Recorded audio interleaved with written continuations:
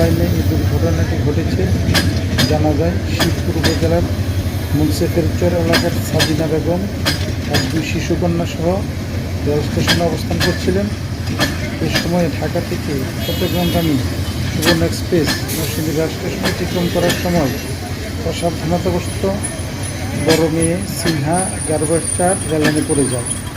তাকে বাঁচাতে গিয়ে শিশুকন্যা মাইমুনা যার বয়স 3 তাকে নিয়ে সাবিনা বেগম রেললাইনে ঝাঁপ দিলে সাথে সাথে ট্রেনের ধাক্কাকে ঘটনাস্থলেই 2 জন নিহত হন।